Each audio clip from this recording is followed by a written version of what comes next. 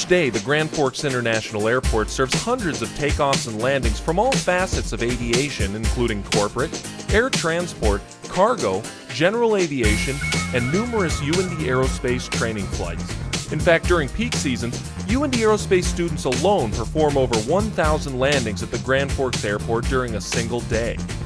And in this fury of activity, the standard airport traffic pattern is the great organizer, so to speak, in this veritable airport beehive, and is the reason that pilots can safely operate into congested terminal areas time and time again.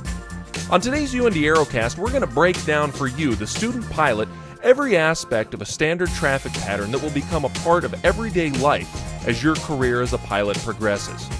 For argument's sake, this episode will be built around traffic pattern standardization in the UND Aerospace Piper Warrior 3.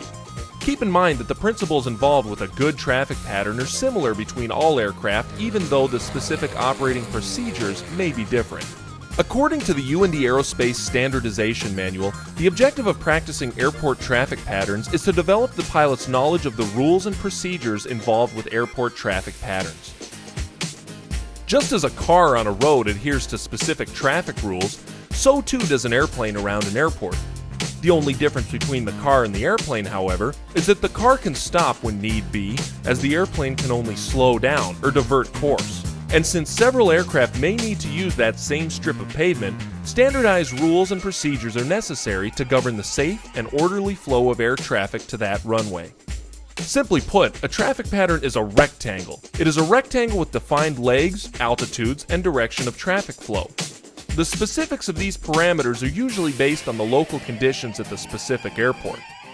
The traffic pattern utilizes entry and exit procedures published in the Airman's Information Manual and can be controlled by an airport's control tower or through the use of air-to-air communication between pilots at a non-towered field.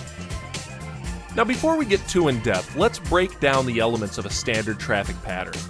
A standard traffic pattern is one that uses a left-hand turn direction to standardize traffic flow and will typically be flown at 1,000 feet AGL. Any pattern that utilizes turn directions or altitudes other than these can be considered non-standard patterns.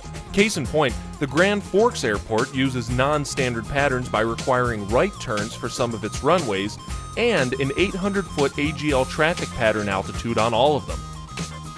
Prior to operating into an unfamiliar airport, the pilot should first review the airport's specific operating procedures outlined in the Airport Facility Directory, or AFD, and the corresponding VFR sectional chart. If a traffic pattern utilizes non-standard right turns, it will be denoted as RP in the informational block next to the airport on a VFR sectional, or it will just spell it out as RGT TFC in the Airport Facility Directory. A traffic pattern is made up of 5 basic legs: the departure, commonly referred to as the upwind leg, the crosswind leg, downwind, base, and final. The legs make up a rectangle next to the active runway that is flown with airplane-specific power settings, configurations, and with a maximum bank angle of 30 degrees.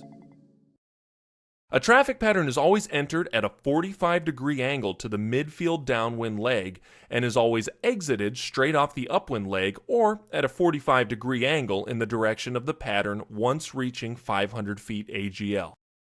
In this standardization lesson, let's actually fly the pattern one leg at a time as we take a UND Piper Warrior from the hold short position all the way through a standard traffic pattern on 3-5 left at Grand Forks and then to a safe and successful landing.